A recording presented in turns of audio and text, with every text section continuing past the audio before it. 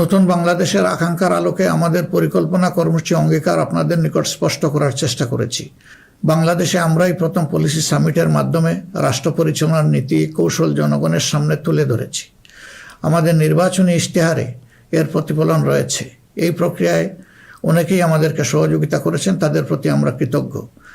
এছাড়াও আমরা সমাজের বিভিন্ন শ্রেণী পেশার মানুষের সাথে কথা বলেছি, বসেছি এবং তাদের মূল্যবান মতামত পরামর্শ আমরা গ্রহণ করেছি।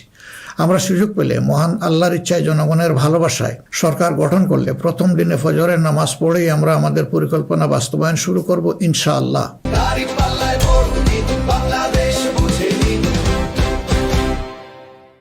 প্রিয় দেশবাসী, আমাদের শাসক শ্রেণী সরকারি পদে নির্বাচিত হওয়ার পর নিজেদেরকে দেশের মালিক গণ্য করেছে।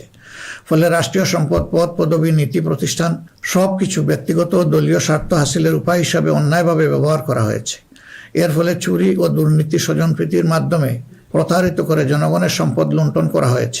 উন্নয়ন প্রকল্প ব্যক্তিগত ও দলীয় লুণ্ঠনের সিঁড়ি হিসাবে ব্যবহৃত হয়েছে। এই ব্যবস্থার অবসান ঘটানোই আমাদের প্রধান লক্ষ্য। আলহামদুলিল্লাহ, অতীতে জামাতে ইসলামী থেকে যারা জনপ্রতিনিধি হিসাবে সংসদ, সরকার ও স্থানীয় সরকারের দায়িত্ব পালন করেছেন, তারা কেউই দুর্নীতির দায়ে অভিযুক্ত হননি। তারা দক্ষতার সাথে দায়িত্ব পালন করেছেন। আপনারা দেশের মানুষ, তারই সাক্ষী। প্রিয় দেশবাসী, আগামী জাতীয় সংসদ নির্বাচন জাতিকে একটি নতুন স্বপ্নের দিকে নিয়ে যাওয়ার এক মহা সুযোগ হিসাবে এসেছে। যেসব সমস্যা আমরা বিগত দিনে সমাধান করতে পারিনি, যে লুটেরা গোষ্ঠীকে আমরা নিয়ন্ত্রণ করতে পারিনি, সেসব সমস্যার সমাধান এবং লুটেরা গোষ্ঠীর নিয়ন্ত্রণের সুযোগ হচ্ছে আগামী নির্বাচন। তাই জনগণকে ঠিক করতে হবে, আমরা আমাদের নিজেদের জন্যে, আমাদের তরুণ প্রজন্মের জন্যে, আমাদের নারীদের জন্যে, বয়স্ক মানুষের জন্যে, প্রান্তিক জনপদের জন্যে, শ্রমিকের জন্যে, উদ্যোক্তাদের জন্যে কোন বাংলাদেশ চাই। আমাদেরকে প্রশ্ন করতে হবে, আমরা কি সমাজে শৃঙ্খলা প্রতিষ্ঠা করতে চাই? আমরা কি নিয়ম নীতি শান্তির রাষ্ট্র প্রতিষ্ঠা করতে চাই? আমরা কি উন্নত দেশ হতে চাই? আমরা কি শোষণ, জুলুম, দুর্নীতি, চাঁদাবাজ মুক্ত রাষ্ট্র চাই? আমাদেরকে ভাবতে হবে, আমরা কি রাষ্ট্রীয় প্রতিষ্ঠানকে জবাবদিহিতার আওতায় আনতে চাই?